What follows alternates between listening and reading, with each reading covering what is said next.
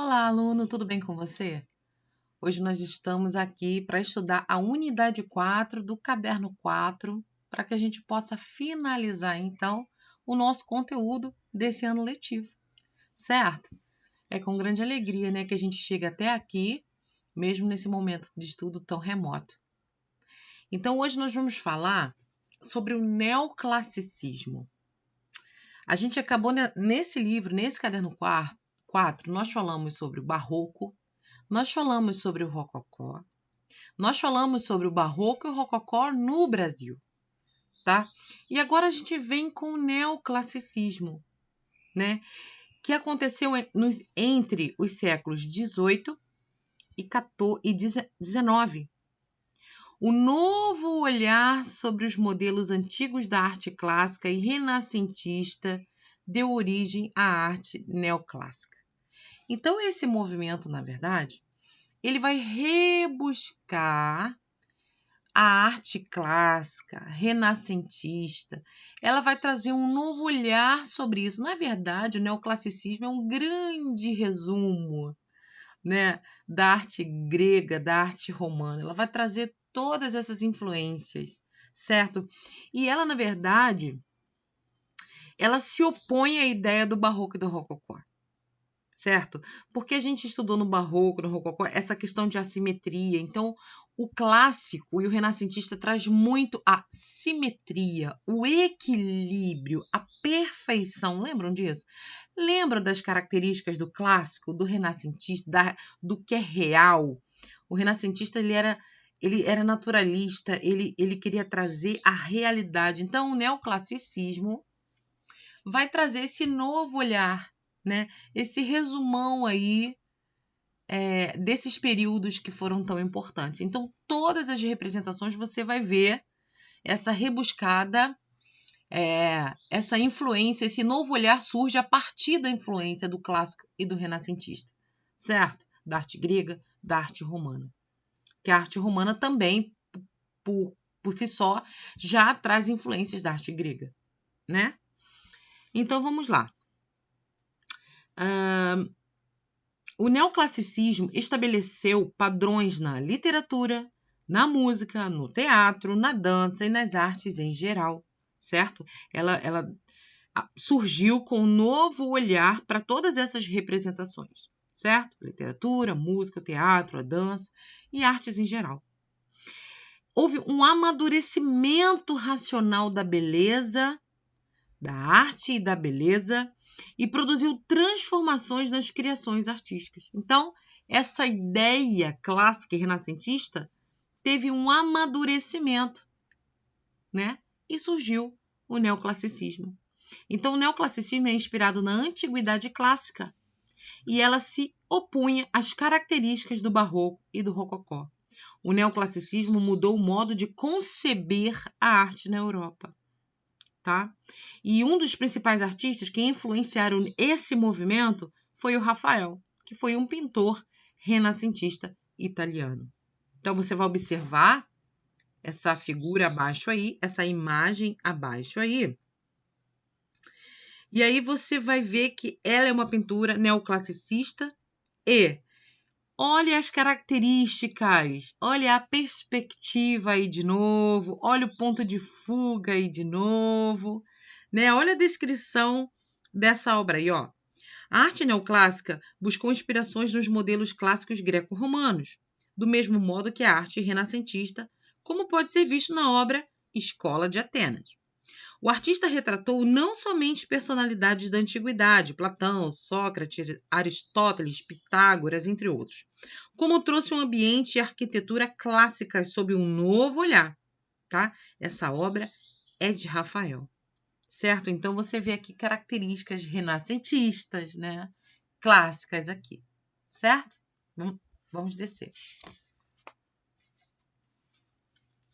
E aí, a gente, como um aluno de arte, como a gente já entendeu como que a gente pode observar uma obra de arte e uma das etapas, lembra das etapas de observação da obra?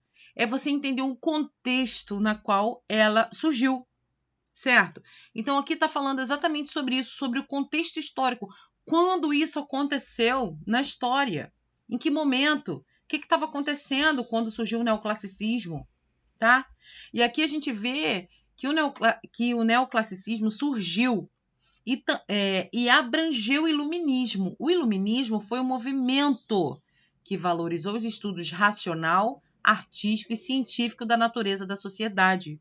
Tá? O que nessa época era exclusivo de poucas pessoas, ou seja, o iluminismo também tinha essas ideias, esse raciocínio, esse amadurecimento. Então, o neoclassicismo abrangeu também o iluminismo.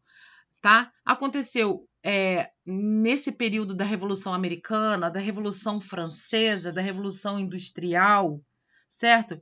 Então, é muito importante que você tenha conhecimento desse cenário social, político e cultural, porque a gente entende que muitas das obras, elas representam o quê? Sentimentos, emoções, reflexões do artista, muitas das vezes sobre o contexto político-social. Então a gente já falou sobre isso, que muitas das vezes os artistas, eles pintam, eles expressam ali, mesmo numa obra livre ou numa obra talvez encomendada, sobre um aspecto social que esteja acontecendo naquela sociedade. Então por isso que é muito importante a gente conhecer o contexto histórico, porque muitas das obras, se não praticamente todas, ela representa isso, ela retrata esse contexto, certo? Os revolucionários franceses utilizaram as características desse movimento artístico, pois o associavam, olha aí, a ideias cívico e patriótico. Além dos ideais iluministas, eles se inspiraram na democracia grega para derrubar a monarquia francesa, incentivando, de certa maneira, outros países a fazerem o mesmo. Então, você vê aí, né, que mesmo os revolucionários franceses se utilizaram, né, as características desse movimento artístico, certo? Então você vê aí uma coisa ligada à outra, tá? Vamos falar agora sobre a pintura neoclássica. A pintura neoclássica teve forte influência da Revolução Francesa. Foi o que a gente acabou de falar. Principalmente na França, com obras que passaram a retratar os diversos acontecimentos políticos da época.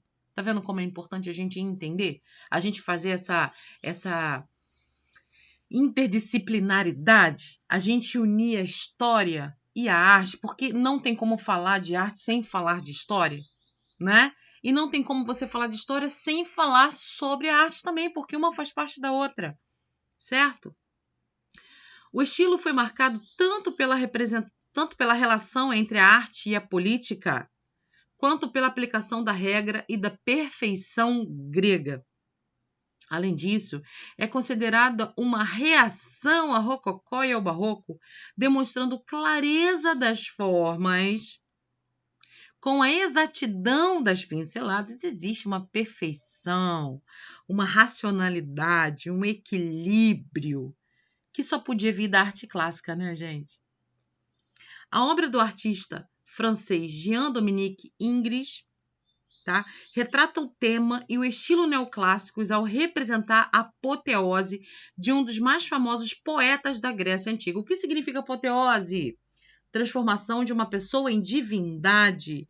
Então, aqui nessa obra que você está visualizando aí, você está vendo, tá, um dos mais famosos poetas da Grécia Antiga nesse meio, sentado nesse trono. Existe aí um anjo coroando esse artista, esse poeta. Então, essa forma se chama apoteose, está transformando uma pessoa comum em uma divindade.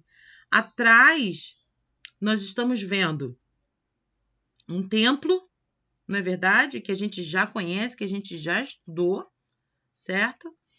E aí a gente está vendo, então, uma apoteose, um poeta muito importante se tornando aí alguém divino. Então, trata-se de um poeta da época, Homero, muito importante, certo? Vamos lá. E aí, no paralelo, quando isso tudo está acontecendo também lá, e no Brasil? O que a gente pode dizer que influenciou no Brasil tudo o que estava acontecendo lá na Europa? Vamos lá. E aí, no Brasil, com a chegada da corte portuguesa ao Rio de Janeiro em 1808, 308 anos após a descoberta do Brasil, o estilo neoclássico propagou-se em diversas manifestações artísticas e culturais. Propagou-se na arquitetura, certo? Olha aí. Com a missão artística francesa, em 1816, um grupo de artistas franceses vieram ao Brasil. O que mudou a arte do país? É óbvio, influenciou a arte do país. Na pintura, os destaques eram temas do cotidiano brasileiro, paisagens, a flora, a fauna, a cultura indígena. Entre os pintores estrangeiros desse período, destaque-se Johann Moritz Rugendas, dificuldade, Nicolas Taunay e Jean-Baptiste Debret. Tá? Esses foram os artistas que se destacaram aí nessa missão artística francesa vinda ao Brasil. Na arte acadêmica, 2 grandes nomes foram o dos brasileiros Vitor Meirelles e Pedro Américo. Tá vendo essa imagem aí abaixo?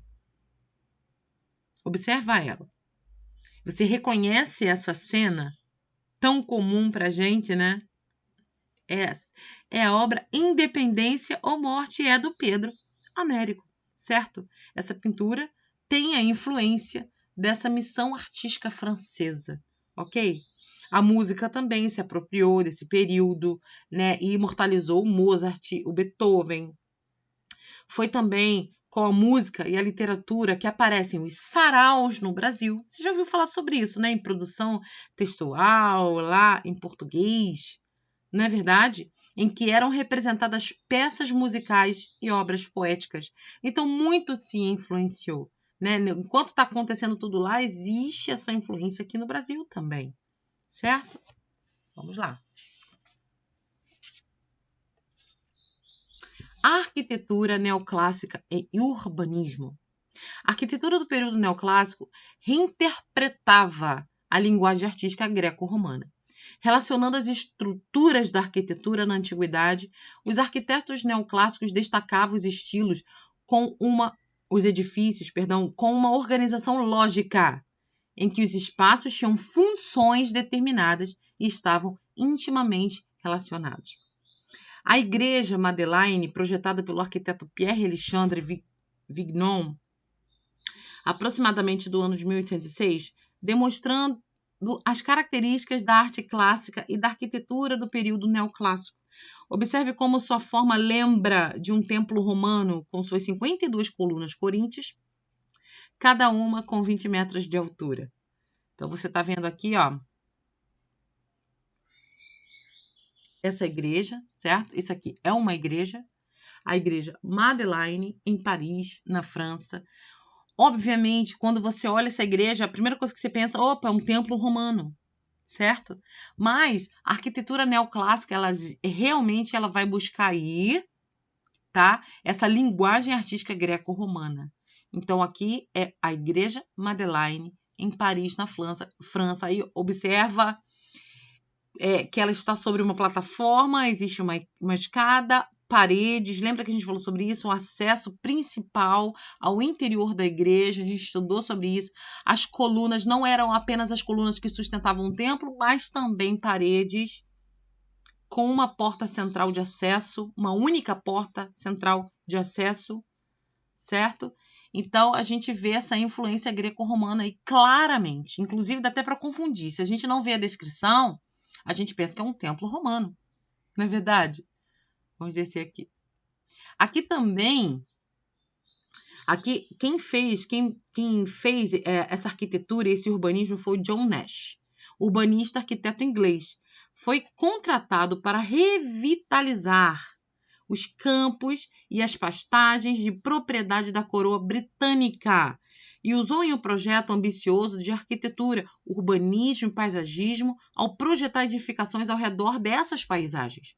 Assim, essa área hoje é conhecida como Regents Park, Parque dos Regentes, e traz características do período neoclássico, certo?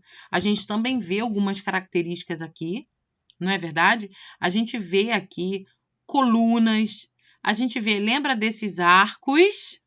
Lembram? Aqui também a gente vê assim, essa meia coluna, esses capitéis, olha aí, ó. Tá vendo? Então traz sim algumas referências desse movimento com essas características neoclássicas também. Aqui também, ó, essa aqui se encontra na França, a Rue de Rivoli, uma das ruas mais famosas de Paris a partir de 1807. Ela passou a caracterizar-se por edificações ao estilo neoclássico, certo? Com casas dispostas em série e que até os dias atuais nos contam um pouco da história da arte e da arquitetura na França. O nome da rua é em homenagem a Napoleão, em uma de suas vitórias contra o exército austríaco, na batalha conhecida como Rivoli.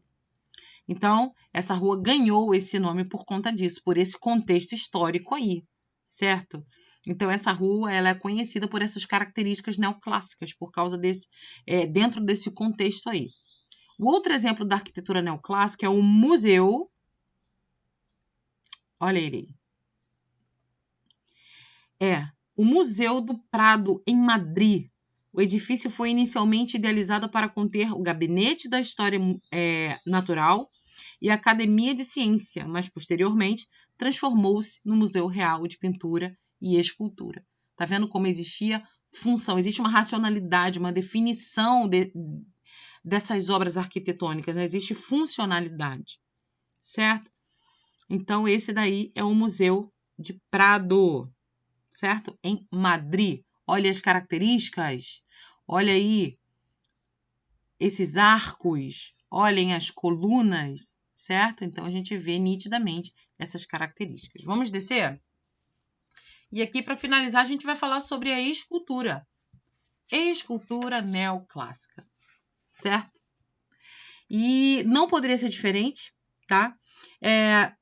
Traz-se uma linguagem, um estilo artístico greco-romano para a produção das obras, para a produção de escultura, tá? Traz essa linguagem do estilo greco-romano. Nesse período, os escultores consideravam importante destacar a proporção das formas com equilíbrio. Bobagem, né? Típico da arte clássica, né?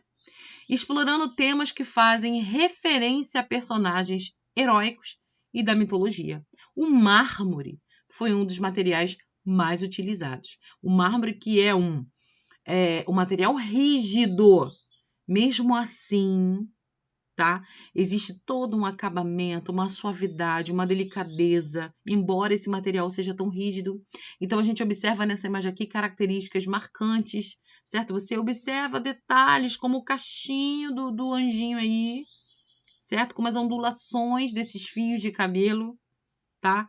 A gente também repara, ó, unhas destacadas nos dedos das esculturas, embora o mármore fosse tão rígido. Então, você vai ver a escultura neoclássica trazendo também a questão de equilíbrio, né? De perfeição, de detalhe, de movimento, né? E trazendo toda essa herança aí clássica, não é verdade? Gente, a gente termina por aqui. Essa foi a última unidade desse ano letivo. Graças a Deus a gente chegou até aqui. Um ano difícil, sim, mas graças a Deus muito abençoado. Nós chegamos até aqui e nós vamos finalizar esse ano letivo com êxito, certo? Essa aqui foi a nossa última matéria de tudo que a gente aprendeu remotamente. Então, eu espero que vocês tenham gostado. Não vai ter, como eu tenho dito, atividades na plataforma para que você realize as tarefas do livro, tá? Para que a gente consiga fechar esse livro, né? Fechar tanto a matéria em si, quanto as atividades, a gente fechar o nosso ano aí com os nossos livros feitinhos, certo? Eu espero que vocês tenham gostado e até o chat.